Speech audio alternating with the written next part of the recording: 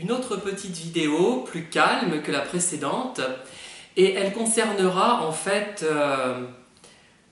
l'impossibilité relationnelle qu'on peut avoir avec les pervers narcissiques. Je m'explique un peu plus. Dans une vidéo, j'ai expliqué que je m'amusais, entre guillemets, en croisant des pervers narcissiques et que je faisais semblant de ne pas les voir. Bon, effectivement, on s'amuse comme on peut, mais j'aurais sans doute aimé ne pas m'amuser du tout et pouvoir justement entretenir une vraie relation et ne pas être obligé de fuir ou de faire semblant de ne voir personne.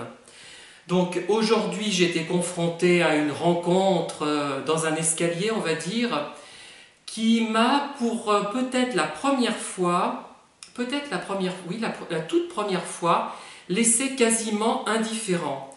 Je n'avais ni envie de rire, je n'avais pas non plus une boule dans la gorge, ça m'est arrivé effectivement, et après on dira que j'imagine les choses.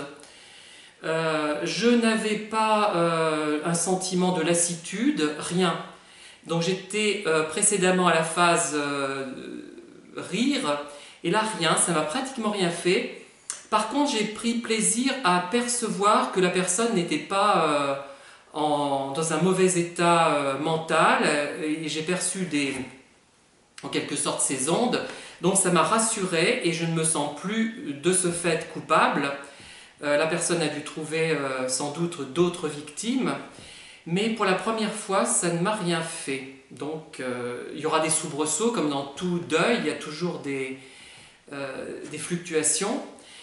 Mais je trouve que je suis vraiment cette fois sur la bonne voie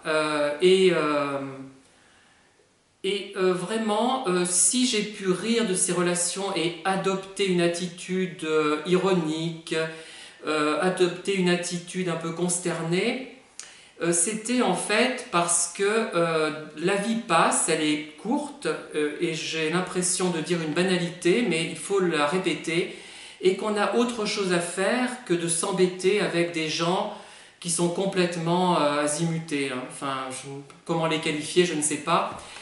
Et voilà, on aimerait faire quelque chose de plus constructif et moi aussi, je n'ai pas envie, avec les années qui me restent à vivre en bonne santé, je n'ai pas envie de perdre mon temps maintenant. Et par contre, je ressens le besoin de parler de ce sujet qui n'est pas encore assez abordé. Et le coup de gueule que j'ai poussé envers les psychologues, j'aurais pu aussi dire tenez-vous au courant de ce qui existe, de la perversion narcissique et ne vous contentez pas de vos vieilles études qui datent d'il y a 20 ou 30 ans, mettez-vous à jour, essayez d'aider les personnes et c'est vrai que c'est assez consternant. J'ai un souvenir, moi, cuisant, c'était il y a 12 ans, peut-être que depuis cette personne s'est mise au courant, je l'espère pour elle. Son manque d'empathie, sa bêtise m'avait consterné à l'époque. Voilà, sa bêtise, oui. Parce qu'elle n'était pas très intelligente. Culpabiliser quelqu'un qui est en souffrance, ce n'est peut-être pas une bonne idée. Bon, sous le coup de la colère, je veux le bien, mais tout de même. Voilà. Donc, tout va se tasser et on a l'impression j'ai l'impression quand même de passer cette fois à autre chose. Et vraiment, et si je n'adresse plus la parole à certaines personnes, ce n'est pas comment dire, bravade, non, ce n'est pas ça. Ça a pu l'être un moment peut-être, mais ça ne l'est plus.